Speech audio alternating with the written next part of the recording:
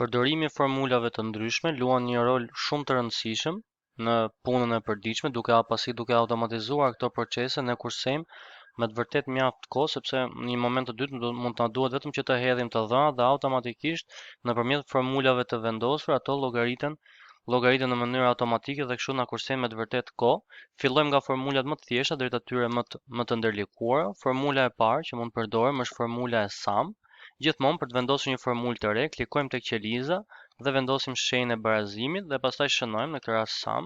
Klikojmë këtu tek pjesa e Excelit dhe zgjedhim po themi të gjitha ato qeliza që ne duam që ajo të na mbledhë dhe mjafton të japim enter dhe kjo këtu, në moment që e klikojmë dy herë na tregon se cilat qeliza ka mbledhur. Kjo është mënyra e parë dhe mënyra më e përdorshme, por mund të përdorim edhe një mënyrë tjetër.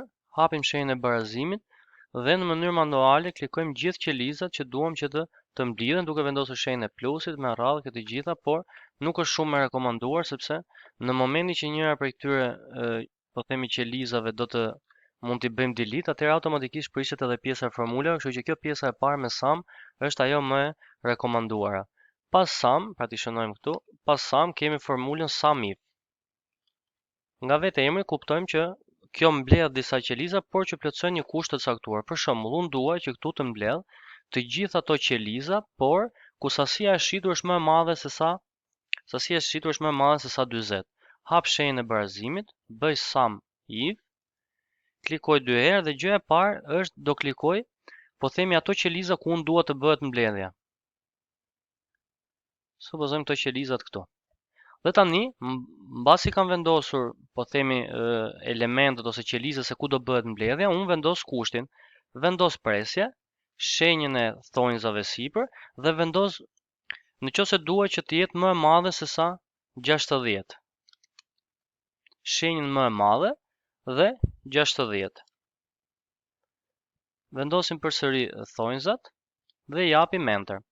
Dhe kjo këtu, në këto qelizat që un kam zgjedhur, kam mbledhur vetëm ato qelizat të cilat kanë një vlerë më të madhe se sa 60 dhe në këtë rast shohim që është vetëm 80 dhe 70 dhe prandaj shumën na jep 150. Njëjtë veprim do të bëjmë nëse kemi jo SUM po SUMIF. SUMIFS. SUMIFS na mbledh ato qeliza, por nuk kemi vetëm një kusht të caktuar, por supozojmë se kemi vendosur dy kushte. Për shembull, unë dua që të mbledh ato qeliza të cilat bëjmë pjesë tek qyteti, po themi në qytetin Tiranë dhe ato element dhe në këtë rast tek pjesa e produkteve, pra tek qytetet dhe tek produktet, por dua të mbledh vetëm ato, po themi që janë vetëm ato produkte, po themi vetëm printera që janë shitur nëpërmet. Supozojmë unë dua të mbledh vetëm sasinë e printerave të cilat janë shitur nëpërmet. Atëherë çfarë bëj? Tek formula, shenjën e barazimit, SUMIFS këtu, edhe këtu tani do zgjedh se cilën, po themi, element unë dua që të mbledh. Pra dua të mbledh në këtë rast sasinë e shitur. Supozojmë nga e treshit e ke 20. Dhe dua që të shoh sasinë e printerave që janë shitur. Printerat i kemi në kolonën D këtu.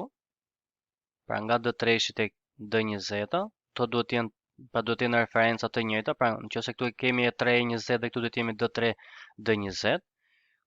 Dhe këtu unë dua të shoh, po themi, vetëm sa janë shitur printerat. Shenjën e barazimit, shënoj printer. Shenjën e barazimit sërish, vendos një presje, dua që të shoh vetëm printerat që janë shitur, po themi, në qytetin e përmetit. Shkoj dhe zgjedh përsëri referencat e tjera. Në këtë rast qytetet e kemi tek C-ja, pra nga C3 tek C20. Vendos presjen dhe pastaj vendos kushtin tjetër. Dua vetëm ato që janë shitur në përmet. Dhe jap enter.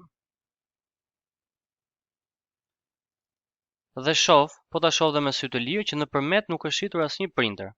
Pra këtu nëpërmet është shitur vetëm boj printeri. Nëse dua, po themi, që të shoh sa boj printer janë shitur, mjafton të shkoj këtu dhe në vend të printer e vendos boj printeri.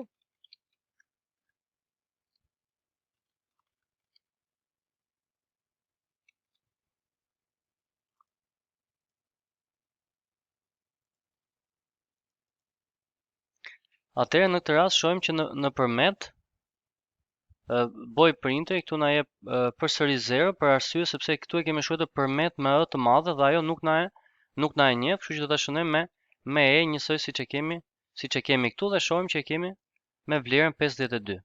Pra nëpërmet është shitur 52, 30 janë këtu, edhe 8, edhe 5 kemi këtu.